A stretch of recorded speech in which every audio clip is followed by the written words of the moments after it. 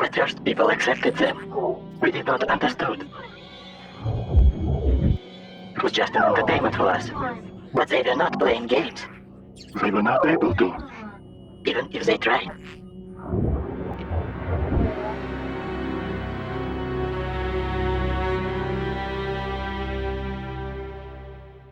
Here we meet again, my friend. Laptops. They came a long way. Not like extremely long, when our world was created in 1970. And fully uploaded till 2012 to our server. But during these 50 years, we went from digging sticks and room-size computers to a portable powerhouses that can fit in the small bag. Today I want to test Apple laptop with M1 Max chip and 32 gigs of RAM. There are so many myths and straight-up brainwash lies about Apple products. This year I used the whole Apple system and wanted to try it for myself. Can a lifelong Android and Windows user switch to their devices? And if Apple smartphone was a whole crooked painful torture that you can find in my video dedicated to iPhone. Apple laptop on Macintosh OS was, on the other hand, completely different story. There are some very important things that I absolutely love inside this device, but also some huge, enormous, annoying problems that became beyond deal breaker and straight up unfixable for me, even after the whole year of constant problem solving. And I am torn between this love-hate toxic relationship. And even now, do not know for sure, can I recommend it or not. But anyway, I will try to share my journey and vision. M1 processor was produced for Apple by TSMC.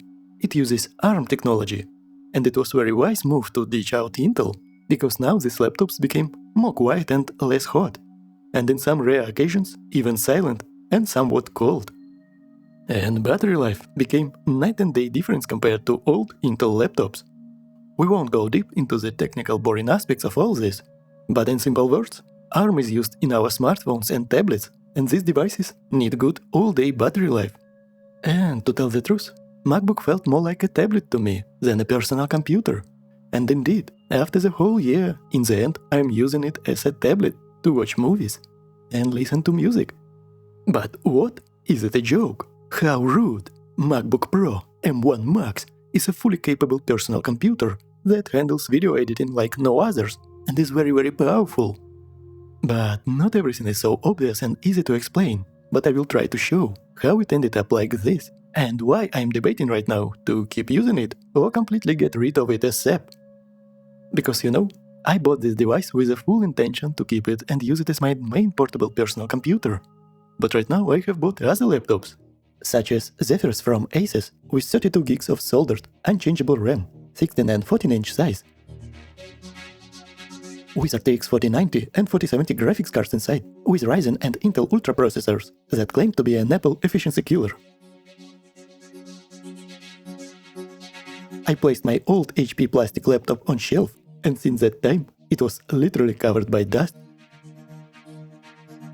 Subscribe not to miss out the large laptop battle with in-depth tests of raw performance inside lots of apps for photo editing, video editing, music and audio creation, 3D rendering, Unreal Engine, programming, and of course, gaming benchmarks. It will be fun, because I find laptops to be more interesting than phones and cameras. And I think that in not so distant future, laptops will completely replace stationary computers. I do not know even where to start from, so everything makes sense. But there is something that can't be ignored, and I want to draw this line immediately. So-called unified memory and soldered unchangeable RAM. Yes, you heard it right. You cannot upgrade or change memory inside Apple laptop. And you know what? There are lots of Apple fans. And let me rephrase. I'm not talking about normal people who enjoy to use these devices and fully understand and accept all the limitations. I am not talking about you, my friends. I'm talking about the members of the cult who defend any decision this corporation makes to rip off their customers and will find any excuses, even if they contradict basic logic and their own subconscious voice. Apple not only made the RAM unchangeable, that gives almost meaningless boost in speed for us as an end users. It is an open topic, but the amount of RAM is a joke. Comparing our memory to other systems' memory actually isn't equivalent. Actually, 8 gigabytes on an M3 MacBook Pro is probably analogous to 16 gigabytes on other systems. I don't know how it is possible that representatives of these companies keep openly spit in the face and straight up lie and brainwash people. And they are still not only in business, but keep growing cult of followers that like it and defend it. First, they brainwashed us that downloading an app outside of Apple's App Store will make the sky burn and fall down. And now these stupid quotes that less is more. I cannot make this up. Less RAM is more RAM. 8 gigs on Apple is 16 gigs on Windows. What a ridiculous lunacy. And you know what? It is not a normal RAM, as we used to, but unified memory. It is also used by graphics card, so it has potential to be useful in situations when you need lots of amount of graphical memory. But again, it is unified memory. It needs to be split among RAM and graphics. Just think about it. 8 gigs needs to be split among normal RAM and graphical card, so the small 8 gigs becomes even smaller.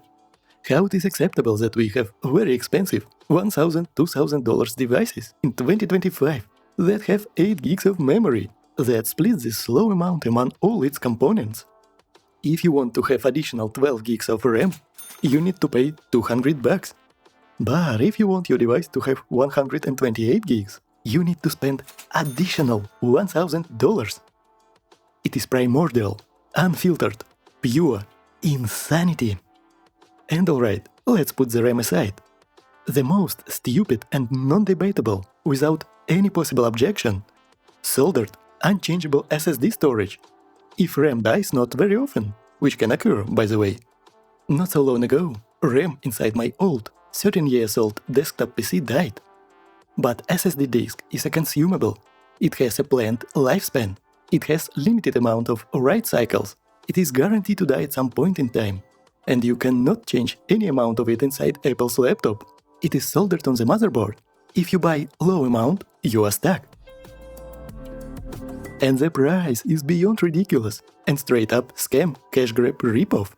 If you want additional 1000 gigs of SSD space, you need to pay, keep your seats, $400. And it is not it. Wait for it. If you want 8 TB of storage, keep your breath. You need to spend $2,200. What? It is beyond crazy stuff. Look, I bought half a terabyte version because no way I'm gonna spend the price of what fully capable mid-range phone should cost just for a freaking additional half a terabyte of SSD space. And here, little bit more salt on the open wound. Apple is using swap feature when you bought very low amount of RAM. Because you do not want to overpay, Apple laptop feels the lack of RAM. It chokes and tries to find a way to breathe. And it makes a swap of memory with SSD disk. So, in other words, it uses SSD disk space for RAM purposes. So, programs can work properly. Let me rephrase. It writes a temporary gigabytes of data to an SSD disk that has a limited lifespan and limited amount of write cycles, speeding up the process of potential SSD disk failure. That cannot be changed because it is soldered on the motherboard. And here, even more salt on the torn limb. Even if you know how to unsolder and solder electronics, Apple uses serialized parts. So even if you find a way to resolder SSD disk, your device will still be a lifeless brick. And guess what? It is impossible to boot your device from external SSD. So if it dies, it dies. Just go and buy a new one. Funny stuff. No hate or anything bad about a person I will talk about. But one day, one video jumped in my YouTube feed called Apple Laptop Will Outlive You. And in that video, the Apple user who bought M3 Max was talking how this laptop will outlive us and how he is set for life and will never upgrade from this point. Yeah, right. Sorry, buddy, but I'm not planning to leave this short. Good luck trying to replace SSD in the future, and good luck with Apple warranty support. Here, I have a 4 TB very fast SSD that is way faster than the one I have inside my Apple laptop. And with Thunderbolt 4 metal SSD enclosure, it was only $200. I need to pay 400 buckaronis versus $2,200 freaking dollars that Apple wants to charge me just because of artificial limitations. They are selling convenience of using the memory internally. Create problem and sell the solution. Typical scam. $3,200 just for additional RAM and SSD storage. So, if you want Apple laptop with maximum amount of memory and SSD storage, you need to prepare $8,000. Can you feel it? The smell of money in the air. Alright, let's put memory and SSD aside and pretend that it does not exist. In other words, put our head in the sand. Let's start from the far. Design and build quality. Now please, keep your seats. Before you get angry with me, everything you are going to hear about how it looks is my personal opinion. This is the most bland and boring design that I saw inside a laptop. Just a brick with very sharp edges that somewhat pierce in the hand while working.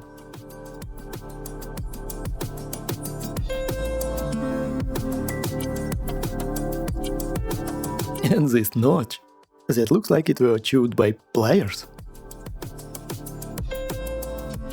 Here we're recording on the MacBook Pro M1 Max, 16-inch size. I'm speaking directly into these microphones. What will happen if you use this device just as a basic toaster level, without any additional lighting, in very bad room conditions? And here is how it will look like on a normal camera. Sony APS-C, again the same, just built-in camera microphones. There is a rain behind me.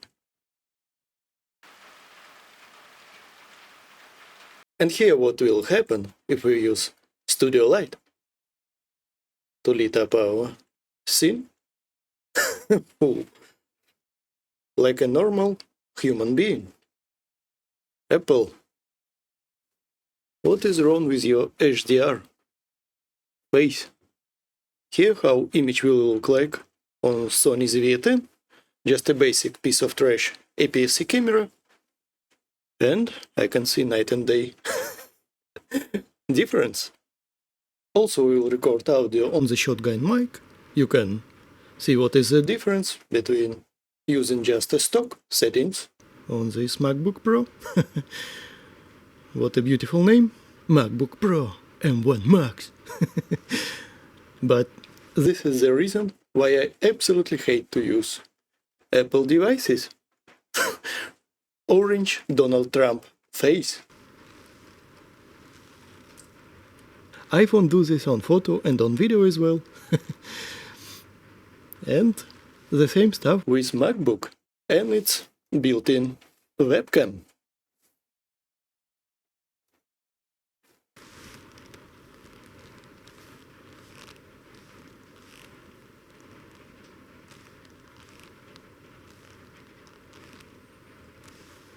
Exposure is jumping around. And quickly, want to mention a quote, magic mouse. This is the most ugly and weird design of the mouse that I saw in my entire life. It literally looks like a soap from bathroom. It has the same sharp edges. It is so uncomfortable to hold. And in most unlogical Apple traditions, you need to place it upside down to charge. LOL. The look over the functionality and ease of use is the main slogan of Apple. Here is how mouse of normal humans look like.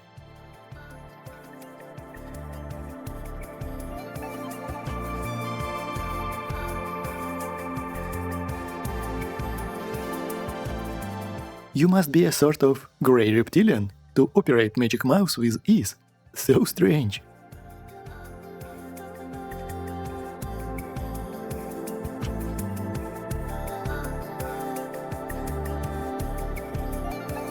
And build quality. Whoa. Here where I will say only positive stuff. It built like a true solid metal Terminator machine. It is metal and very hard. It does not bend and screen does not wobble too much. But here what annoys me so much. If you open the screen, laptop will immediately turn on. And if volume is on, it will make a very loud loading sound. Multiple times it woke up my family at night. thundering across the whole room and house. There is simply no way to turn this feature off.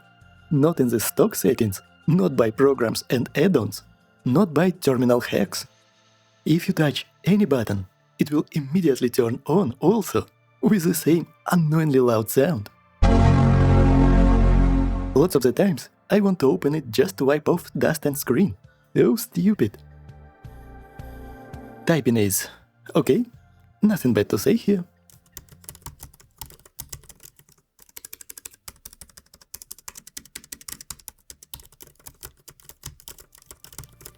And surprise, surprise, button placement is somewhat logical and comfortable. I can reach for screen brightness with one hand. Trackpad is on the other hand very questionable. It has glass surface which is okay, not the best, but good enough. But my biggest problem is haptic feedback. I just cannot get used to it. It feels very robotic. It simulates real pressure by vibrating in your finger, and you need to press it with equal amount of force each time. You cannot press light, otherwise it does not work. And you cannot press hard, otherwise it will count as long press and will initiate some operations, for example, file preview. Here I'm trying to just press a video file, and it keeps opening the preview window. It is possible to train yourself, but you need to be very concentrated each time. And I want to be in the relaxed state while I'm working. Even on my old plastic budget HP laptop, I like this most basic, cheap plastic trackpad more than haptic robotic one on Apple device. But nothing beats the old trusty mouse. Just nothing. Not even a conversation. Try to play aim game with the trackpad and you will see. Mouse is precise, fast and accurate. More easy and reliable. I'm using trackpad just as a gesture device to help in zoom in and out, moving across pages or scrolling. For example, timeline in the video editing software.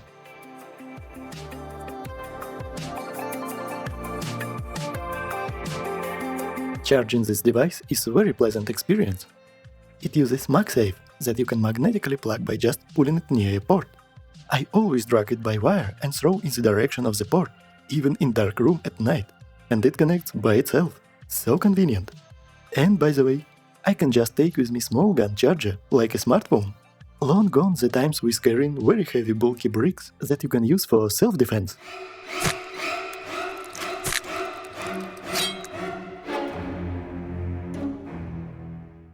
And of course, if needed, I can just use USB Type-C for charging. And speaking about connectivity, it has 3 Type-C ports with Thunderbolt support. That is cool and dandy, but I felt a lack of connectivity. I want at least 4 ports, but preferably more. And lots of my devices are USB Type-A. That, by the way, are a lot more sturdy and reliable than more small and clumsy Type-C, so I still have to use dongles and adapters. Full-size SD card. Very nice. A bummer that it still sticks out of the laptop. I wish it were flush with the side, as on my old laptop. And I felt the lack of Ethernet port. I have to rely on wireless Wi-Fi, which was very uncomfortable and had some problems. First of all, using Apple laptop with Apple smartphone is a pain. Speeds were very slow, and connection was unstable. I could only connect limited amount of devices, and could not connect some before I disconnect one of them. And in some occasions it kept disconnecting my laptop from the smartphone, especially after I closed the lid. Also it has 3.5mm audio connector, but for some reason it could not connect a freaking microphone. There simply does not exist any easy workaround for that. I had to find a solution with ordering a dongles that split the signal. A dongles. Freaking dongles everywhere. And you know what? Nothing of what I bought worked, so I completely gave up that idea and did not use it at all. Just for headphones. Some of my microphones can be connected via Type-C, but this way I have to use one of the ports, and there are a very small amount of them in the first place. So again, a very weird situation that limits my audio recording possibilities and experience.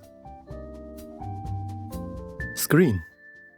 Apple uses mini LED, and there are 2 very important aspects of it that I want to talk about. First of all, it is pretty colorful, can't complain. It has more than good enough level of contrast. I feel like that I do not need more than that. So-called OLED inky black has diminishing returns and does not look that much better. But on mini LED, I do not feel any eye dryness, eye strains and headaches. That for some odd freaking reasons no one is talking about. This problem still exists even in 2025 and moved from smartphones, now on TVs, monitors and laptops without proper solution. OLED screens, due to the nature of how it works, have perceived pulsations and flickering. We know it as PWM inside smartphone settings. And most mini LED screens do not have any of these problems. I'm spending unhealthy amount of time in front of these devices, and I felt it comfortable for my eyes to work on this laptop. And by the way, it has 4K resolution, which is very nice. If you need one, you will know how hard it is to find good mini LED screen with such resolution inside such portable body. And also, looks like it shows the same color space of photos and videos in all windows, in preview, in the viewer, inside photo editing software, which is nice for people who work with graphical images. For example, photographers, if you can handle the operating system. But photographers are already get used to stupid, unlogical and clunky UI of such programs as Lightroom, Capture One, so I think there will be no problems. But not everything is perfect, and I found that screens on almost all Apple devices have slow response time. It felt not only in high demand in games, that we will talk about further down this video, but even just on the desktop, web browsing and moving files around. And it has noticeable ghosting, where we can see trails of high contrasting edges when you move stuff around the UI. Of course, it is nowhere near as on old Samsung VA panels. But if we turn on our inner nerd, it is worth mentioning, because despite having high 120Hz refresh rate, it makes it feel slower than something I got used to. More like good 75Hz.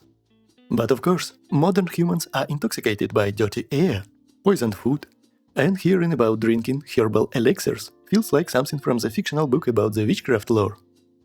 So maybe the slow response times and ghosting won't even be noticeable for most of the people. Speakers and audio. Just whoa, no, really just whoa. This is the only reason why I'm still debating to keep this device for me. So good the audio performance is. I will describe it like this: class-leading audio experience. No other manufacturers came even close to it. And I don't understand why. Why other manufacturers are so ignorant and stubborn? They put literal garbage speakers that sound like trash, as from a used tin cans. No matter how good and expensive those devices are, but audio is still nowhere near the quality. Maybe Razer and Zephyrus from Asus sounds nice, but not the same. And you need to listen to it in person to understand what I am talking about. Sound has bass, it has vibrato and echoes. It is very deep and feels in the air surrounding you. Of course, we need something to compare it against. In-depth comparison and battle will be in my next videos. By the way, it does not have an easy way of changing the volume of the specific window or program, which is huge bummer. But I found a nice program called Sound Source that fixes this inconvenience and gives an ability to configure equalizer. I am using acoustic preset, and it makes sound even better and pleasing of what it already is. So I can forgive it for bad sound control. Operating system. Alright, and what is overall user experience in terms of software? What is all this talks about God-sent operating system that is so clean, so user-friendly, so smooth, just works, never fails, heals blindness, and makes you a baby even if you are infertile? And oh boy, it will be hard. You know, almost all videos on YouTube where Apple users try Windows laptops and PC are so weird. Almost half of that videos are talking about installing Windows, how it is hard, how it is tedious process where they need to press multiple buttons on multiple screens, how it always fails, and even when installing the Windows, they already have blue screens. I'm not joking, just Google it. 2/3 parts of most of that videos are literally whining about Windows install. Other thirds that you will catch viruses just by connecting it to the Ethernet, and how the laptop starts to annihilate itself just because Windows is installed on it. What a bunch of horsepile! During my whole life of using both Android and Windows, never ever in my life I had that level of problems. Of course, you can make your device to be bloated and broken, but that can be said about any device, and the Apple device is nothing special in this regard. You know, I have multiple pages dedicated just to unfixable, unknown problems with Macintosh OS that literally for the most part are unfixable. I can dedicate 1-2 hours video for this topic alone. I will try my best to be straight and quick. After opening the laptop and spending 1 hour with it, I could not understand what I am looking at. It looked more like a weird Android skin, slightly reminding me Linux. It felt more like a tablet rather than personal computer. And indeed, the UI felt exactly like Apple tablet, but with built-in keyboard. You know, UI itself reminds me of old Windows Vista, Windows 7 with Aero style. Buttons and sounds have pretty unique and lovely style. And it reminds me, and it feels more like using a tablet instead of personal computer. This UI looks and feels almost exactly as on iPad from Apple. Process of installing apps is drag and drop in the file into the installed apps window. It really feels like tablet. And I will say straight, I can see why someone can not only use this operating system, but even like it, sort of. If person is average mom and dad, is not techno-nerdy guy, is just opening Safari tab to watch videos and movies, have couple of folders with family photos and music, and are okay with slowly, methodically use trackpad with one finger for lightweight operations, it can be a nice device for such person. But overall, in terms of more advanced, pure user experience, my first thoughts, and even my thoughts right now, a year later, why so unlogical? Why so uncomfortable? You know why I am so strict to the Windows install argument? Because I am, no joking here, I am serious, ready to wait and install Windows for 1 full literal month and get logical, ready out of the box and customizable if needed system, rather than what I get on Macintosh OS. All this year was full of constant problem solving and googling how to deal with and fix stuff. Almost every day I faced limitations, dead ends, and something to stumble upon. And the most annoying part with it was on basic and small steps, when you could not even imagine that there can even potentially exist a problem in such straightforward and small situation. And the saddest part, that sometimes problems are just unfixable. There will simply be no solution, and you just have to deal with it and endure the limitations. To get something even remotely close to being usable, I have downloaded multiple dozens of apps, mods, and add-ons, and even after that, it is very far away of being comfortable. First of all, so-called Finder, the local file explorer. First time I opened it, I thought, what? Are you joking? Navigating the files is a nightmare. By default, it does not have any ability to see the folder's path. Where are you locating right now? And to see it, you need to go into the obnoxious settings tab. And as always, after not finding anything, just Google it, find a solution. But even after turning it on, it is so uncomfortable. It locates in the bottom. It is not the same in different situations. Somewhere it works, but somewhere it does not. And you cannot copy and paste the path easily. You need to remember special awkward keyboard combinations. Speaking about awkward keyboard, Macintosh has the same control, but in addition it has Option and next Command. Nice. And maybe you thought that it has some in-depth meaning, that the more you learn, the more it will open you its secrets and show the depth of operating your device. But no! For me it felt overcomplicated for the sake of overcomplication. For no reason at all, it has tons of different functions bind on that keys. That could be done with less buttons and less presses. It felt like playing complicated piano session, but instead of Rachmaninoff symphony, you are getting basic kids melody. So awkward. I ended up rebinding everything I could to a more simple combinations that I needed a third-party app for, by the way. You can cut and paste text normally, but you cannot the files. To cut and paste text, you need to press Command X to cut, and to paste it, Command V. But to cut and paste the file, you need to copy it first, by pressing Command plus C. And to paste it with cutting, you need now to press Command plus Option plus V. So logical. You know what is funny? Not all Apple users know this, and they are opening 2 folder locations, copy the files needed to new location, and then deleting the files in previous one, depleting SSD disk lifespan even more, because Apple is magical and logical. Selecting and sorting your files is a nightmare. It has 3 ways of showing you files inside File Manager: by icons, by list, by columns. And all 3 ways change how certain settings interact with it. For example, one of the most annoying and unlogical, sort by and group by. It shows everything very weirdly. Files are all over the place, but not in the chronological or logical order. So odd. When you press Group By button, the Sort By button disappears, and you need to go into the specific settings and change both Sort By and Group By.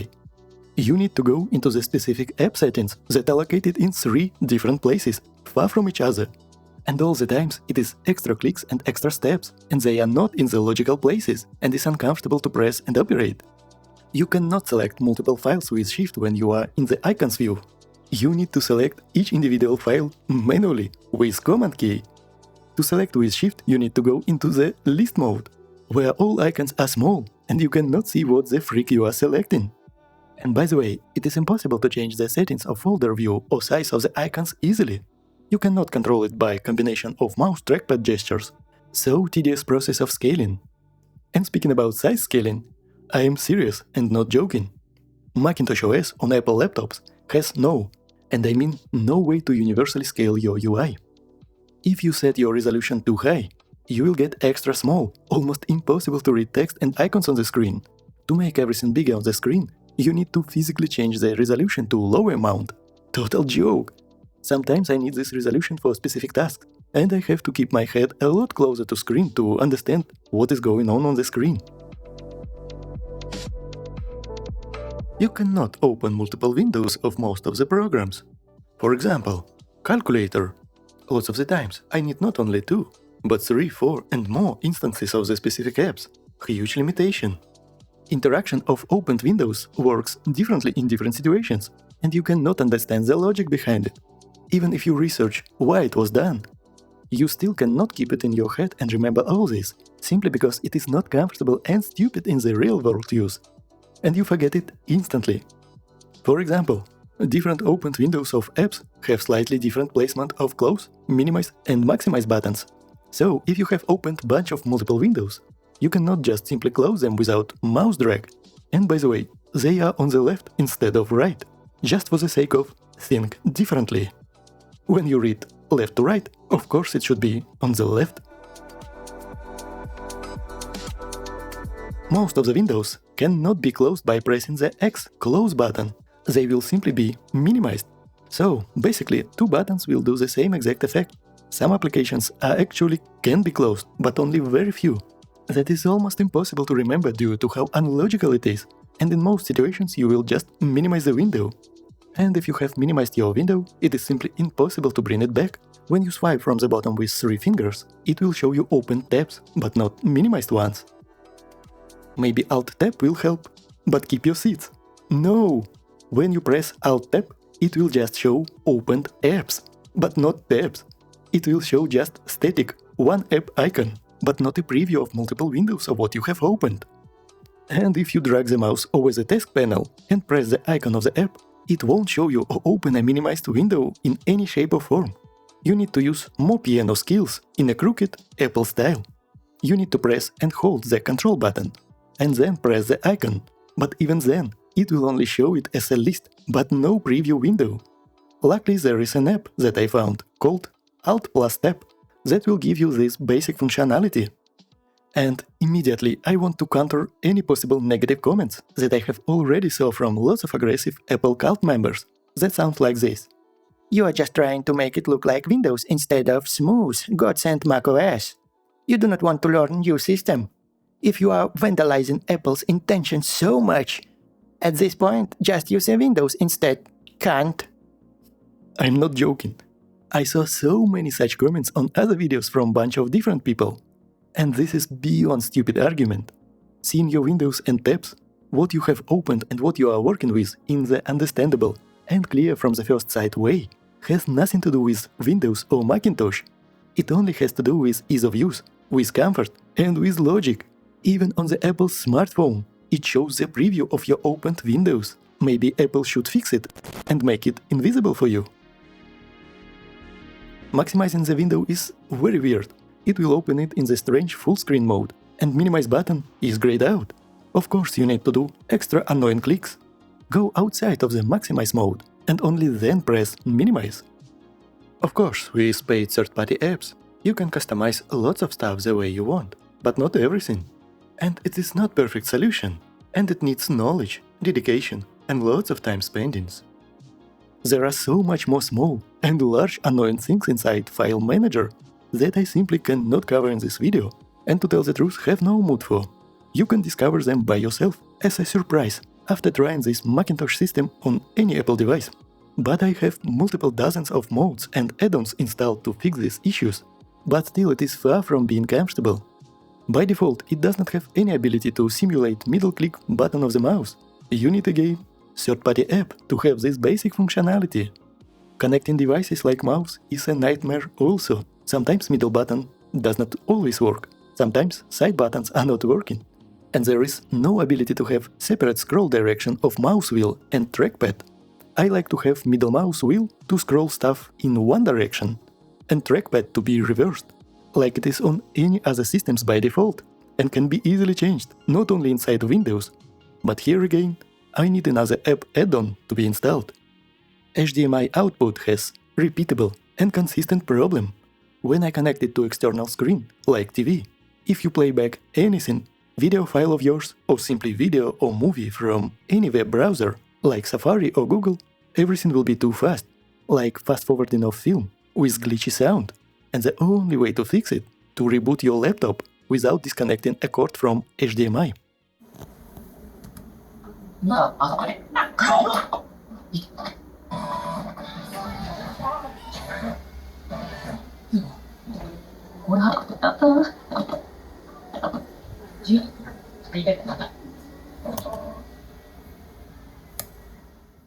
Bought it a couple of days ago.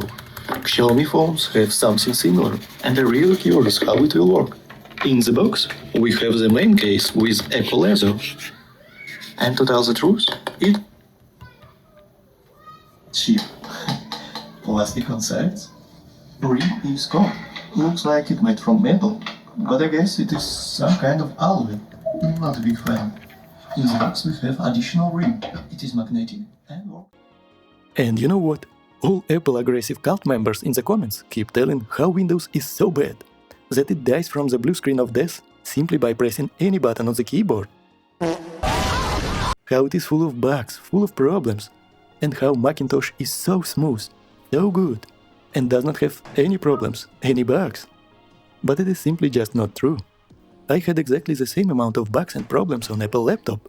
Sometimes it freezed, and I had to reboot it. Sometimes apps freeze on the opening state, and I have to force stop them in terminal or process monitor. Many times I experienced bugs of the UI elements, when buttons were not on the places they should be, or play button of the icon of the video was shifted on the nearby file. And speaking about viruses, in 20 years I literally had 0 viruses on Windows. It is beyond horse crap to discuss how Windows will give you gonorrhea wirelessly just after opening a single browser tab. I have contacted some of my friends who are actively using Apple PC, and multiple times during their use they catched a phishing and advertisement viruses on Macintosh and had to fully reinstall OS to completely get rid of it. So I do not even want to hear this discussion. If you do not know and understand what are you doing, you can break anything, no matter what operating system you are using. And the only, and I mean the only thing that I really liked, you can eject external hard drives and SD cards by just pressing small eject button, and it works 8 times out of 10. I'm a big fan of it. I want to discuss so-called magical Apple ecosystem, in the commas. We'll quickly mention smartphone compatibility. It was a pain, torture, and tedious process of using Apple smartphone with Apple laptop. Connecting by wire is weird, unlogical, does not have a file structure. You have to synchronize it via iTunes. Wireless connection is a joke. Hotspot will disconnect and even disappear if you close the lid after some sleep. AirDrop is a headache. You can only choose limited amount of files, and you cannot choose a place where you want to save your files, for example, external SSD. Transferring speeds were slow, and I could not minimize anything on the phone, otherwise it fails. And sometimes airdropping files between 2 of my Apple Mac laptops just simply failed. After multiple tries and googling the info, I have to restart both of them to finally accept the file. So not everything is so smooth as they are telling you. It was a lot easier to use an Android phone with Apple laptop than its own smartphone. Of course, it is the same pain with wired connection. There is simply no way to see your smartphone files inside File Manager. You need to install third-party apps that will make a virtual MTP server that will simulate file exploration. For wireless transfer, I used external app called LocalSend. It has a lot more easy and customizable UI and settings, and I can select any location I want, even external SSD disk, to accept and save my files. This program is free and open source, works with iOS, Android, Linux, Windows and Macintosh. But I suggest to download it not via Google's Play Store or Apple's App Store, but from LocalSend web page directly. And speaking about installing of apps. Oh boy, where are you? Aggressive Apple cult members who offend everyone defending Apple's brainwash restrictions of iPhone and iPad, where they do not allow you to download and install any apps using neuro-linguistic programming, calling it with non-existent horse crap term called sideloading. One security firm found more than 5 million attacks per month on its clients using another mobile platform. But there's never been this kind of widespread consumer malware attack on iOS. So what's the difference? Well, the single biggest reason is that other platforms allow sideloading. And on iPhone, sideloading would mean downloading software directly from the open internet or from third-party stores, bypassing the protections of the App Store. Do you want to comment on it? Why you cannot install apps on iOS, but can on Macintosh OS? I have a quick fix for you, so you can be more safe and have security in your life. Apple, please, restrict and remove the ability to download and install any apps outside of App Store on Macintosh OS devices, such as laptops and desktop. It will be more logical, aligned with other Apple devices. And your most loyal, dedicated Apple followers will get the same safety and security that they desire so much. They are protected on iPhone. Make them fully protected on MacBook and Mac Studio. It will be a game changer. The fact is, one compromised device, including a mobile phone, can pose a threat to an entire network. Also, what I was very disappointed about, you cannot use iPad as a second screen without having the same iCloud and Apple ID on two devices. This is beyond stupidity and idiocracy. What if I do not want to register iCloud? Cloud is just someone else's device. Why do I need to use another man's computer? What if I want to use Macintosh laptop from my family member and give my Apple tablet to my daughter or my family members? I have one very expensive device that I bought with Wi-Fi antenna inside. I bought second very expensive device with the same Wi-Fi antenna inside. I own both of them, and I cannot easily use these computers with basic ability to receive and send image on the screen by wire and wirelessly. When we try to use the same logic to any other industry and device, it completely falls apart. For example, imagine if you bought Apple's iRefregirator, and you cannot put any other milk inside this iRefregirator other than Apple's iMilk. Not only you cannot put other milk, but only Apple's iMilk. You must buy it only directly from Apple Grocery iStore. Not only you cannot buy not from the Apple's Grocery iStore, you must be signed into the Apple's iGrocery Store iFood program by filling the iBlank with private personal information. And only after that, iRefregirator checks online that you have signed into the iFood program. That QR code on the iBottle is Apple certified and was bought from Apple's Grocery iStore. Only then it will open the door and you will be able to put freaking milk bottle inside. And nobody from your family members can use their iMilks with your iRefregirator. This is pure insanity. Apply this logic to any other industry like washing machine, food combine, printer, and people will scream. But here this is not only normal, but people will attack you for not following the rules and will say you words like this. Go to Windows. Buy Android. You are not wanted here. And what is all this torture and constant googling and problem solving was for? Maybe it has nice hardware and working inside programs will be a heaven. Maybe video editing will be next level, total game changer, because it has multiple amount of video encoders and decoders and put all other devices to dust? Oh, where even to start? First of all, basic toaster level video editing is okay, But as soon as you put even slightest amount of effects on your clips, it just chokes and calls for ambulance.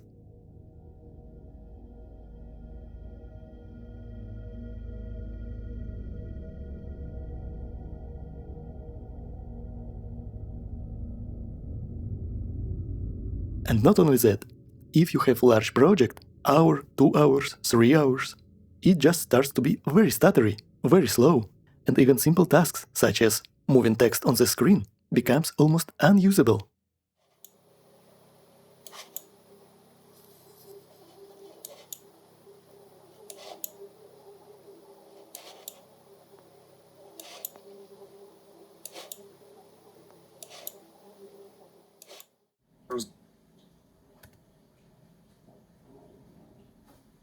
These 3 ultimate machines and decide which of them deserves not only the place of the kings, but a place in our heart and wallet. All 3 of these phones have equally environmentally friendly packages, with cable, ultra-fast charging bricks in the box with GAN technology, as well as protection cases and pre-applied protection film on the screen. This is the least that we can expect from the phone in 2024. Unboxing experience not exactly mind-blowing and satisfying.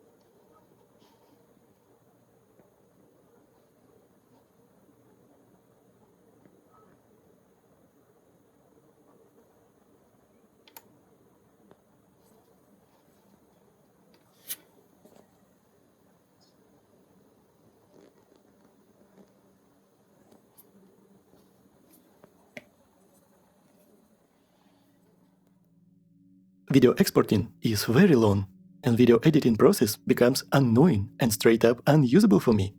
It was one of the main reasons why I cannot use this laptop for anything serious and need a replacement. I felt like it was NVIDIA GTX 1650 Windows laptop analogy in terms of raw graphical powers. I have bunch of different tests, After Effects export times, Premiere Pro, DaVinci Resolve, that will only make sense compared to other laptops. But here is one example. M1 Max with 32 gigs of unified memory finished the advanced test export in 19 minutes and 35 seconds, while Zephyrus G14 with NVIDIA 4070 was managed to finish it in 8 minutes and 56 seconds, which is 119% difference between M1 Max Apple device, more than 2 times faster. But if I take another example, DaVinci Resolve, and now basic test export, situation flipped, and now M1 Max is faster, 5 minutes and 16 seconds, while G14 on NVIDIA 4070 was slower with 6 minutes and 55 seconds, the whole 31% slower difference compared to Apple device. But if we add a more complicated situation with test called Insanity, we can see that M1 Max device finished the render in abnormally slow 4 hours 29 minutes and 13 seconds, while Zephyrus G14, well, G14 completely failed the test and crashed because of 8 gigs of VRAM limitation. That is also beyond trash in 2025. Maybe it is a DaVinci problem, but I tried it on older and newer versions, nothing helps. And I can give it a triple curse debuff. Not only it was not managed to finish the test and crashed the app, it left you without a rendered file and broke your plans.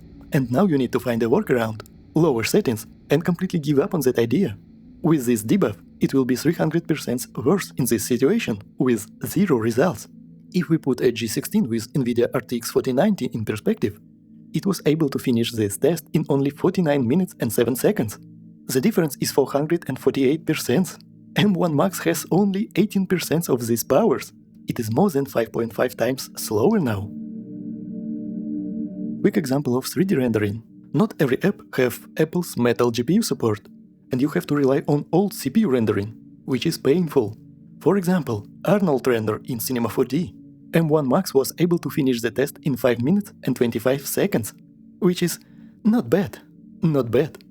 But it is 480p resolution. And G14 was able to do it for 11 seconds by a GPU render. 2854% difference, almost 30x times faster. And more serious, 16K resolution single image render on Apple took 91 hours, 45 minutes and 5 seconds. So basically almost 4 days of wait time. If you do not believe me, here is a screenshot. If we take the same G14, but this time equalize it and use CPU render as well, it took 71 hours, 6 minutes and 4 seconds. The difference is 29% in the favor of Zephyrus G14 on Ryzen. It shows even more than real-life use can be very different from artificial synthetic benchmarks. If we take Zephyrus G16 with NVIDIA 4090, it can utilize CUDA cores of the GPU render, and it was only 1 hour, 6 minutes and 57 seconds.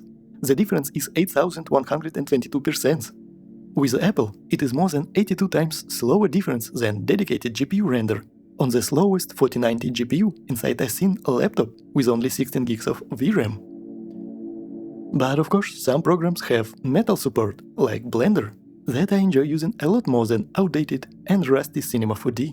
Alien technology seen in 16K resolution in Blender using cycles render with ray tracing and 256 samples took 4 hours, 21 minutes and 56 seconds, which is good, because 4 hours is big improvement over 4 freaking days.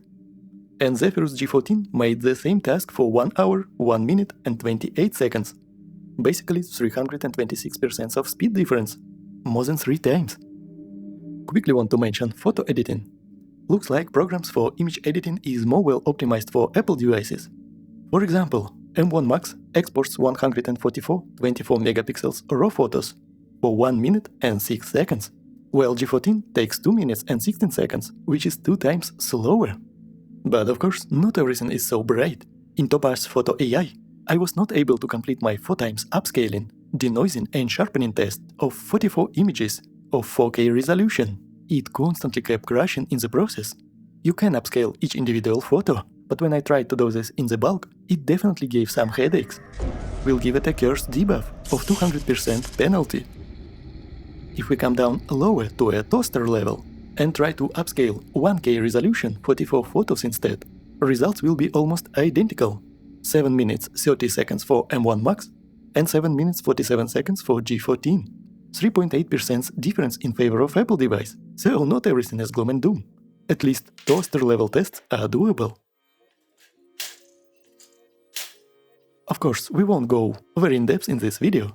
Subscribe, because further there will be a lot more in-depth comparisons, with a lot more examples in a lot more programs, not only video editing or 3D. Want to mention one specific thing. Apple laptop refused to open almost all the files that I am used to work with. AV1 not working. Some of my MKV files with 32-bit float audio not working. Even Apple's own ProRes, which in my opinion is one of the stupidest, unlogical codecs that exist on this planet with uncontrollable bitrate and fixed parameters. It also, for some stupid reason, was not able to load if I have 32-bit float audio track, not the QuickTime player. I had to download VLC player, not the Apple's FInal Cut.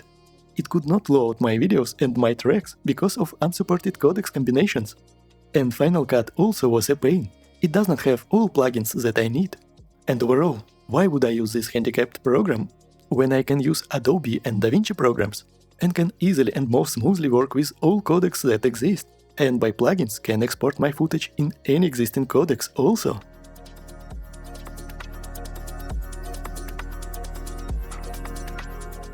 Well, interesting picture. Looks like M1 Max can deal with lightweight, basic video editing good enough. But as soon as you start loading it with more heavy stuff, it starts crumbling and moaning. And by the way, during hot days it was not silent at all. And during just editing, not rendering, I will repeat, not rendering, just project and timeline opened on the screen. It was kinda hot for the touch, and was very audible in terms of fan noise.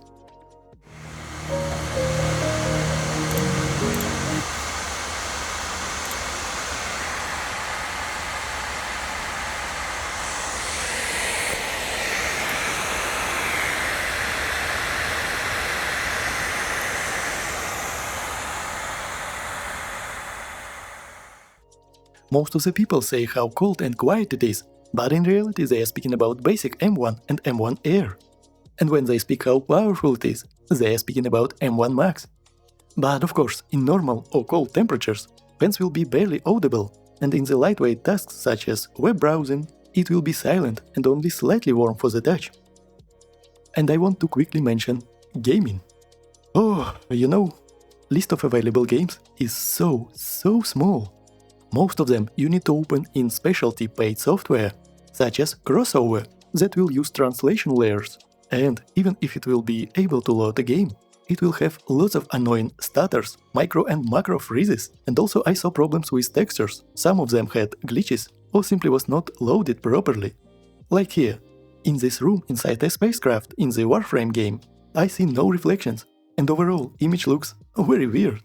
Developers have an opportunity to create their games on Metal GPU of Apple, and there are even a couple of games natively supported on Macintosh, like Disturbing, Violent, Resident Evil, or clunky and tedious Lies of P.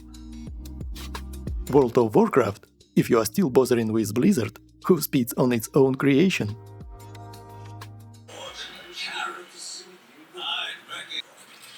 Corpus, these thieves and their renegade leader are taking my volatile boats. End them. Ordis' name is Ordis.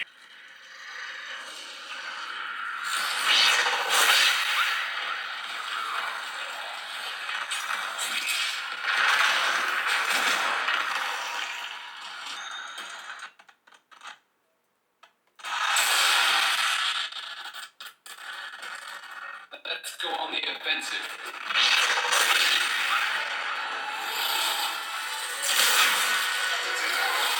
I will consider that a skirmish.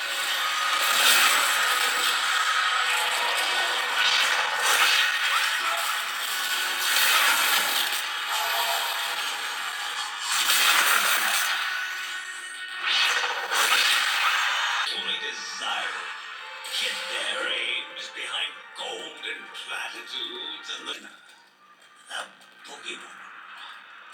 Are you going to let that be her legacy? Sure.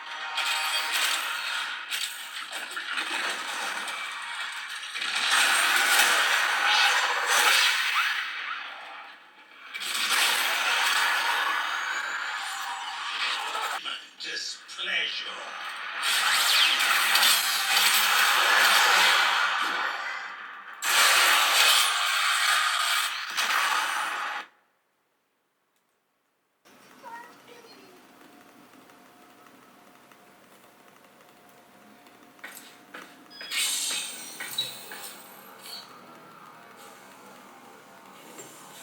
Sometimes Ordis likes to assume he knows nothing. Nobody can learn what they think they already know. Overall, I think that Windows laptop will be infinitely better for gaming, because you are opening yourself for all kinds of games, both new and retro ones. I love to play Heroes of Might and Magic 3 and 4. It is very undemanding game that can be played even on calculator and toasters, but it is hard to look at stutters and freezes on the screen. So, games will run smoothly on any Windows device. And on Apple we have limited amount of games. We have to find workarounds and paid software to play other games. and it will run worse, with stutters and freezes. So right now I'm placing a cursed debuff with 400% penalty. Any Windows laptop will be at least 4 times better for gaming. But in reality it is infinite amount if you play anything outside of natively supported games. I want to speak about battery life. First of all, yes, it is good. Not like mind-blowing, but very noticeable improvement of what I am used to. And it is only old and more energy-hungry M1 Max, M2, M3 and now M4 will be even better. Especially if you will go for base chip, but not Pro or Max. And I want to talk about the same Apple aggressive cult members who make comments like, And now unplug a charger. Your Windows will be demolished. You can't. It is so stupid argument. First of all, yes, Apple devices do not lose its powers while on battery and unplugged. But as soon as you start heavy tasks, it will melt the same way as Windows laptop. Is it a big deal? Will it melt very fast? Or very fast? Lots of the times I accidentally unplugged it by inaccurate movements, and after 15-30 minutes I got almost fully depleted battery. No way it is possible to do heavy tasks in the field. Where should I plug it when it dies? In the freaking tree? Maybe new M3 and M4 devices can handle it slightly better and die not very fast, but just fast. Fast is still fast. And long working sessions with graphical demanding tasks, multitasking, where you have your movie, video or music open in the background, it is simply just impossible to do just purely on battery alone. Almost 95% of the time I was using this device plugged into the wall. So, what I have after all this? If I look at this device as fully loaded personal computer for heavy-duty complicated tasks, it starts to annoy the living soul out of me, with an ability to change memory, expand internal SSD space, while constantly dealing with annoying external SSDs with weird, unlogical, very restricted and stupid operating system and UI. Crazy uncomfortable file manager that makes it impossible to work fast and efficient with files and looks like a kid's toy. Programs that are not fully available on this OS. Very weak and slow performance in video editing and 3D rendering, where it literally chokes and screams for help after even slight amount of effects. It is a toaster level and slightly human level device for that purpose. But if I look at it as a tablet, it starts to make more sense for me. You cannot change RAM and internal memory on any tablets anyway, and it checks most of the boxes in terms of modern tablet performance. It has built-in keyboard that I have to take with me anyway and attach every time as on every tablet. Working with files is better than on any modern tablet. It has very nice screen and very good audio for watching video and movies. Listening to music is pure joy when I am traveling. If needed, I can even edit some photos and videos. Maybe it lacks drawing pen support, but Apple is ready to die on that hill and will rather eat horse waste rather than give us a pen support for laptops and Macintosh OS for tablets. But saying all that, the policy of Apple company, the wage of war against right to own and right to repair, using artificial planned obsolescence, making their devices unrepairable and unfixable, using serialized parts, when SSD disk is a consumable and 100% will gonna die at some point in life, breaking the device. I am highly debating keeping it or getting rid of it ASAP. As soon as any Windows laptop will have the same speakers for audio experience and the same battery life, I will sell this device in a heartbeat, even without a second thought. But of course, M1 Max is too power hungry, and 16-inch is too big and heavy.